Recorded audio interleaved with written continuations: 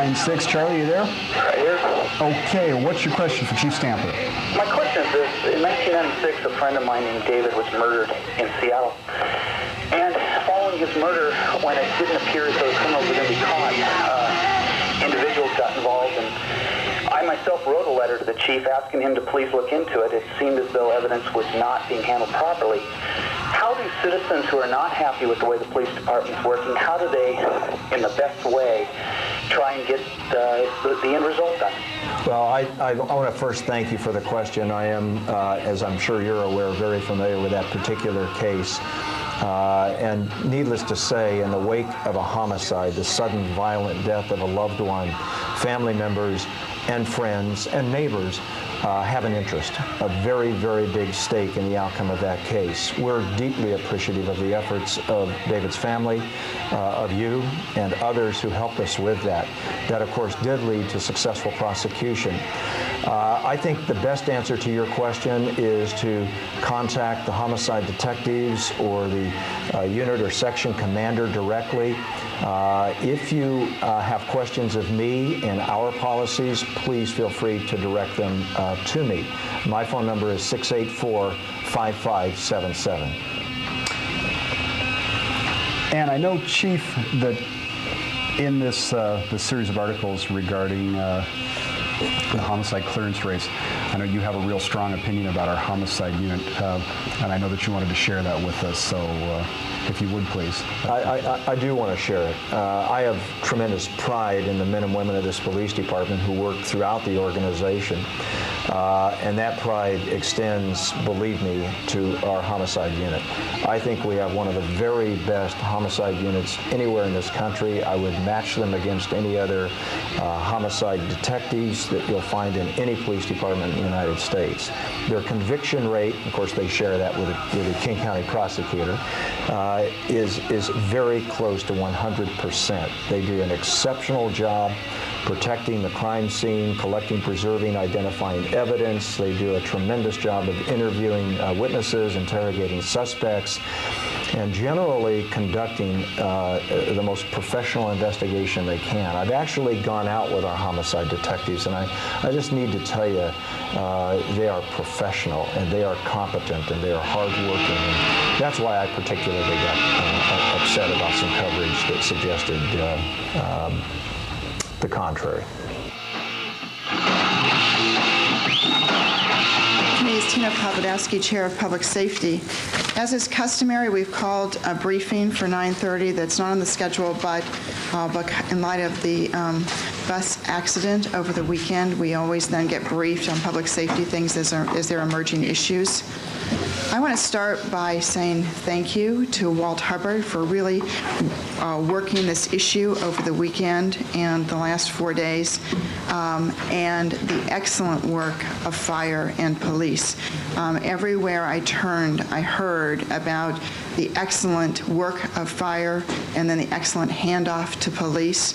I think you've done a great job of keeping people informed, and we really appreciate it. There was a part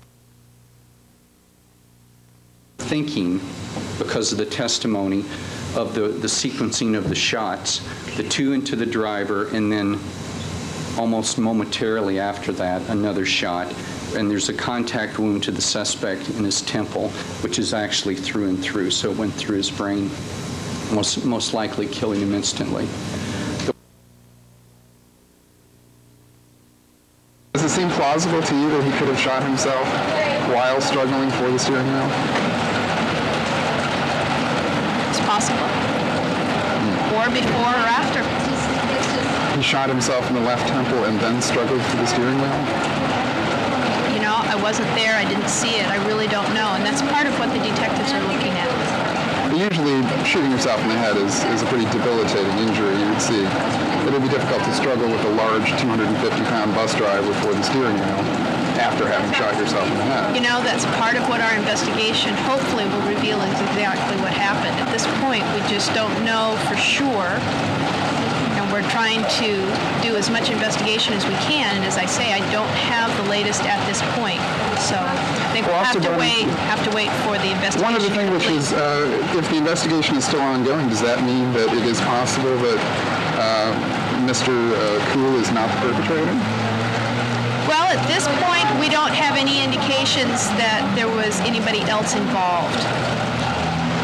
Well, what about the early reports of which you were a part, that the assailant may have been ejected from the vehicle and may have fled the scene? That was something that we considered possible at that time. The evidence that we have, the information that we have so far, which is farther along in the investigation than we gave that information at that time, is that that is not plausible at this point.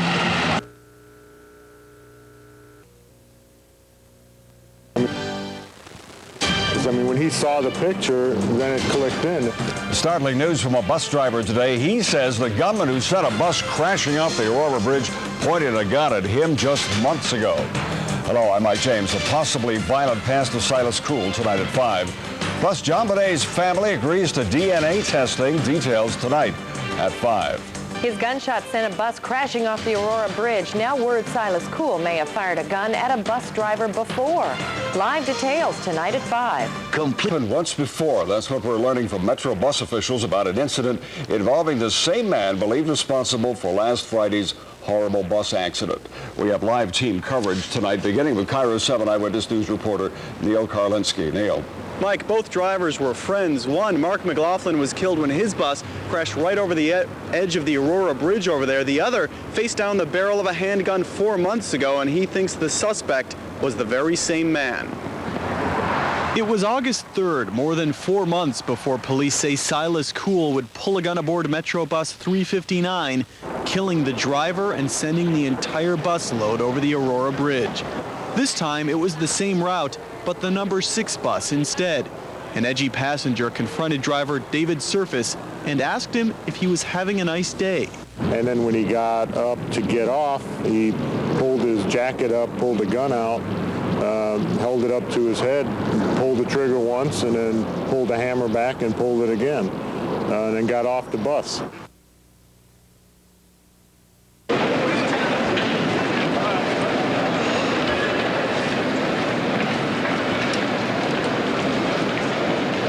Has come out since the tragedy, which occurred less than 2 weeks ago, which is that it's alleged that someone resembling the alleged assailant in this case, Mr. Cool, pulled out a pistol and stuck it in the general area of the face of the driver and said something about bang, bang, you're dead, or pulled the trigger twice or something like that. And this happened just in the last couple of months. And are you aware that there was a thoroughgoing investigation into that particular incident? Aware that what? Was there a thorough investigation of that particular incident? Yes, there was. That incident took place in August of this year. And immediately after the incident occurred, police responded to the site. Seattle City Police responded to the site. There was a follow-up for 2 weeks in the vicinity of that location. Boarding teams were placed, extra boarding teams were placed on the route and on that particular bus. So, yeah, there was a very thorough follow-up to that. And do you think that there were news reports at that time? Because I don't recall having heard anything. I don't know that there was a news report at that point. Was there a police sketch developed that was presented to drivers to keep an eye out for this individual? No, that was not done at that point in time. Yeah. But I guess in retrospect, you might say that that was something that might happen the next time a serious incident like this occurs. Well, that's something that we generally do, is to let people know what's going on the street. Yeah. And there was, I think, a lot of conversation in the base about that occurrence, and the operators were generally aware, but we did not follow up with a description in the base.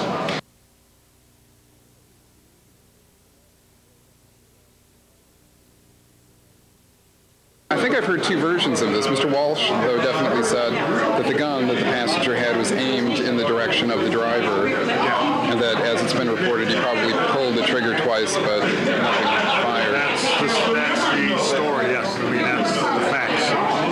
Now, have you done composite drawings and distributed them to drivers in other cases? Yeah, that has been done in the past, depending on the incident. Information I have today, they didn't do it for that one. And there was no media alert of any sort either. I mean, this didn't make the news. Yeah. So, in the future, you think that a serious incident involving a firearm would involve distributing composite firearm, any type of weapon. Yeah. Then I also had a brief chat with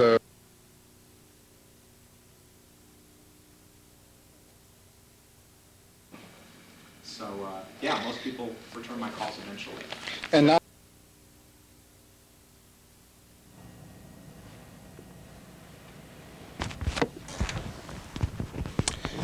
And good evening and welcome to the program.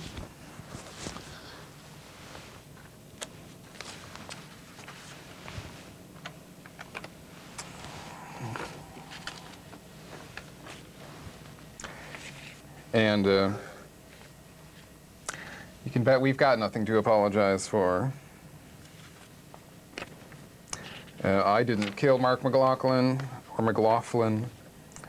and I didn't kill Mr. Liebolt, also dead on the 359 bus accident on February 27th, nor did I kill Silas Cool. And at this point, I would say it's extremely up in the air for anyone to assert that they know what precisely went on in that crash, not an accident.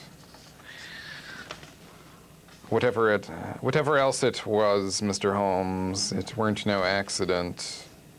And of course, journalistically speaking, it's just absolutely incorrect for Channel Number 7 or anyone else to run a graphic concerning the crash and multiple homicide under the banner of accident.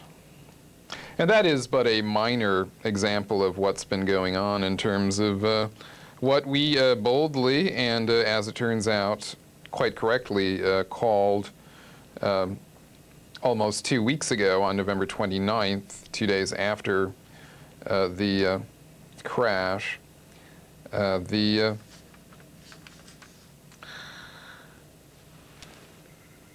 case of reasonable doubt that there was, in fact, a cover story going on.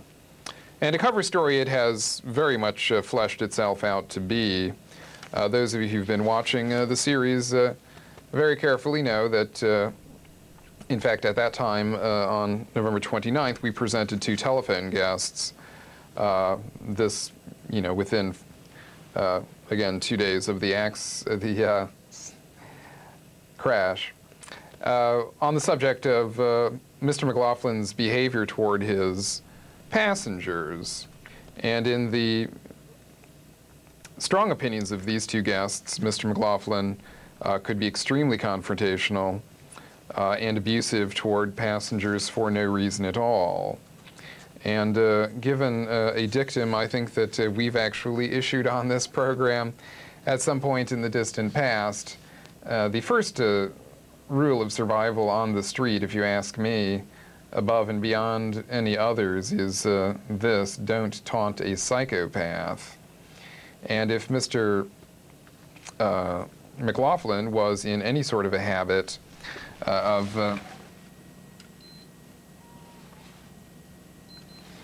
in fact taunting these individuals who had mental problems, that certainly could have led to his untimely demise, as well as nearly claiming the lives of 33 other people.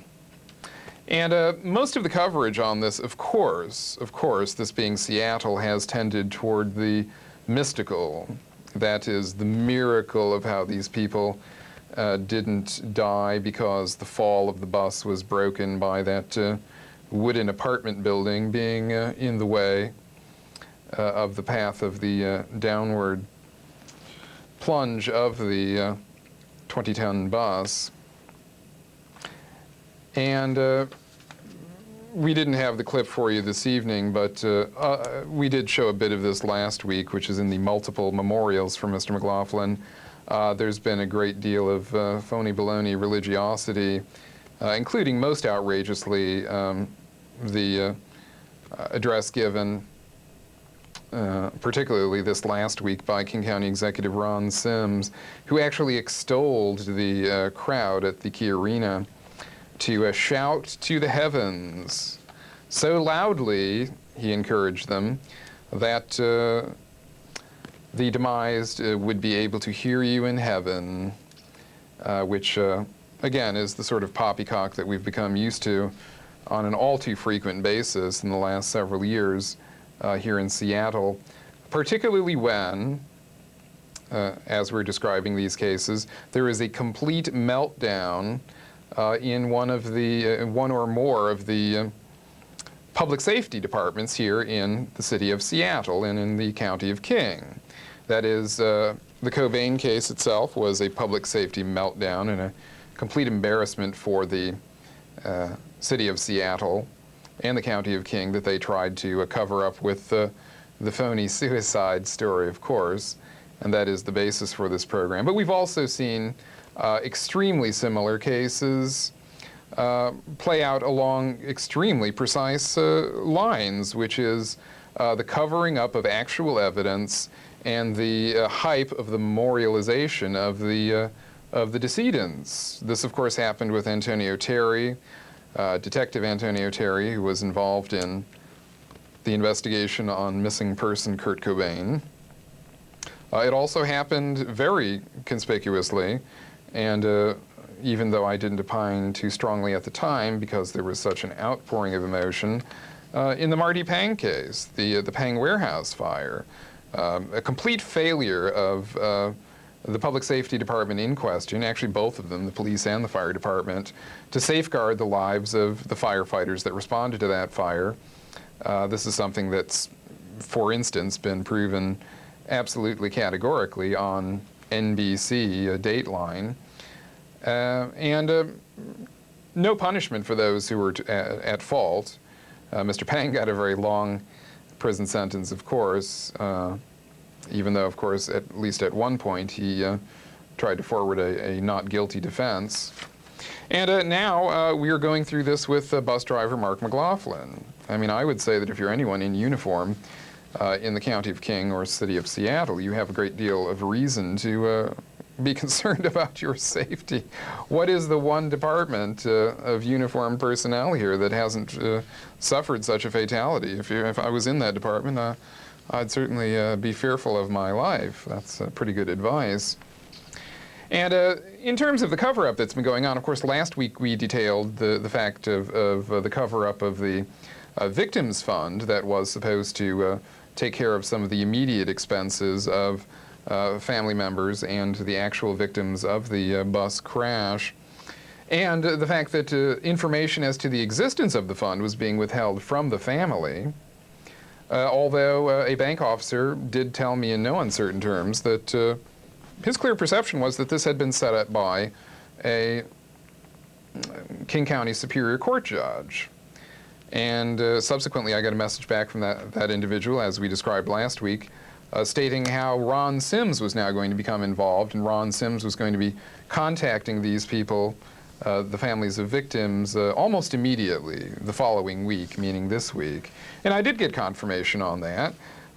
Twice I spoke with Ron Sims' public information officer, and you know, she very boldly stated that of course Ron Sims became involved. Of course he wanted to meet with the families and make phone calls to the families and have his representatives get involved in the lives of the families. And this was described on 2 occasions this week with this person directly working with Ron Sims as a kind and caring thing to do.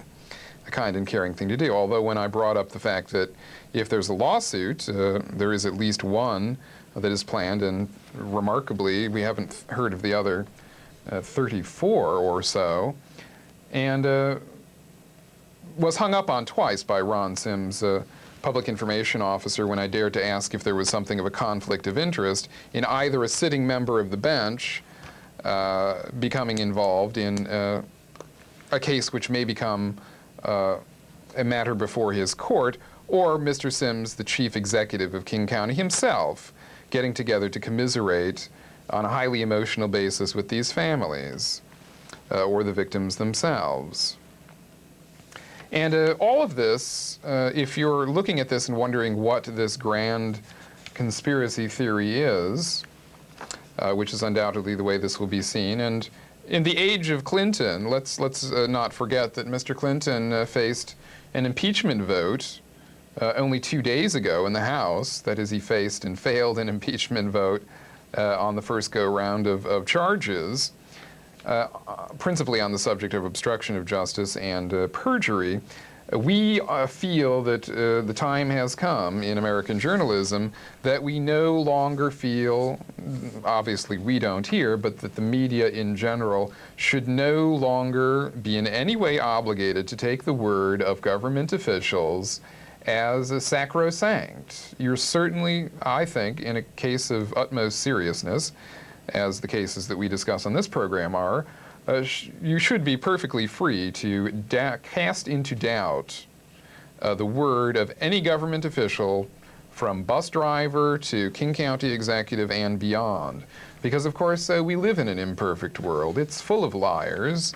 It's full of murderers. And if you're not willing to raise questions about this sort of thing, you're doing the public a disservice if you're pretending to inform them as to the news of the day or public affairs in a more general sense. And you can see that the crux of the Cobain case has always been the highly unlikely wound scenario, among many other key factors, but that certainly has been a cornerstone. And the cornerstone in this particular case is the idea that the victim, or rather the guilty victim, Mr. Silas Cool, as he's been identified, is supposed to have blown his head clean off at 3:15 and then died at Harborview at 4:10, and none of the witnesses who came out with descriptions as to the types of injuries that were being suffered on site ever mentioned a guy with his head blown clean off. And you can see that the detective, Mr. Bryant, in the Seattle City Council, in that orgy of self-congratulations that the council members were trying to forward, still acknowledged the key troublesome aspect of the case, which is that he did suffer a massive head wound. And of course, in order to understand why that is troublesome, you have to match it with the statements of the hoodlums at Harborview Hospital. And those of you who were watching last week know why I refer to the hoodlums at Harborview Hospital, as I was in fact abducted from the street, across the street from Harborview, by a team of at least 8 security agents, only one of whom wore a name tag, and then hauled into Harborview for an intimidation session based on the premise that I was somehow trespassing by being in a public waiting area for, all of about 10 minutes. And waiting for those slow elevators for a few more minutes than that. And much of the case against Mr. Cool is falling apart. This business about him stalking a shower in Montlake Terrace turns out to be extremely insubstantial, and we'll be getting into that in the near future. This business about him aiming a gun, or some suspect resembling Mr. Cool aiming a gun at a Metro bus driver, is also turning out to be extremely insubstantial. The incident report from Metro is right here, and it states at the beginning that the driver assumed that this was a 9mm weapon, and then changes the description to, quote, a possibility the gun may have been a toy, it didn't really matter. Well, what is that? To all appearances, it is a cover story to damn Mr. Cool, the suspect, after the fact, because they really had nothing else on him. He had no criminal history whatsoever.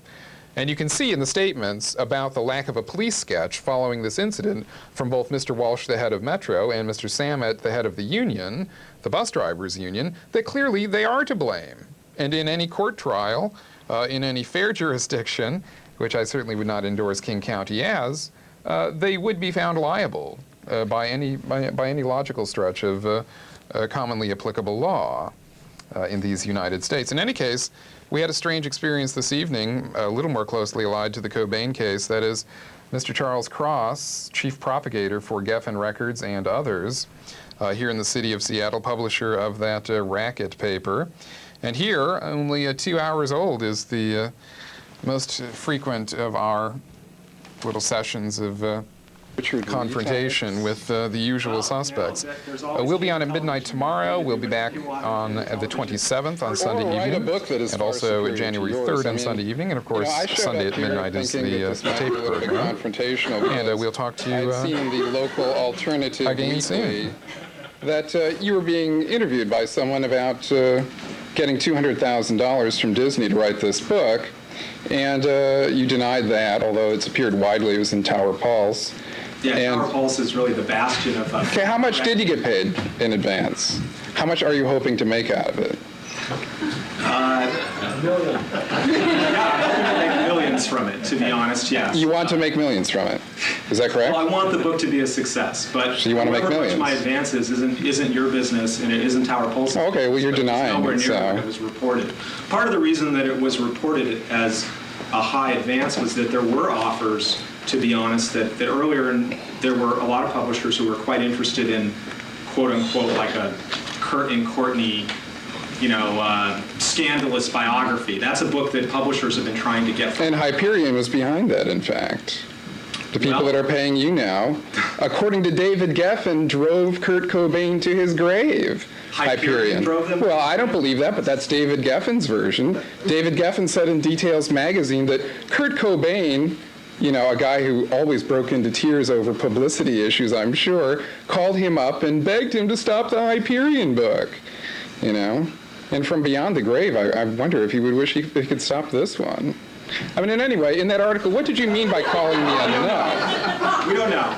Didn't you? A serious question. Didn't you libel me by calling me a nut? Didn't you say that to Matthew Statler? Just in case anyone's interested, this gentleman here is Richard Lee, who does the cable TV show Who Killed Kurt Cobain. Thank you very much and, for the applause. If I libeled you, you're certainly free to... but what on earth did you mean by that? I mean, what could you possibly do? I don't like your TV show. Let's be upfront. I don't like your TV show, and I think it's an insult to take this man's work and to turn it into what I think you do, which is a joke. That's what I think. A joke? Give me a break. You know what a joke is? I have a copy of your magnum opus on the issue of Kurt Cobain's death. I have it right here in my hand. Do you know what the first line of this is? Do you know what it is? You edited it. You're responsible for what's in this paper. Do you know what the first line is?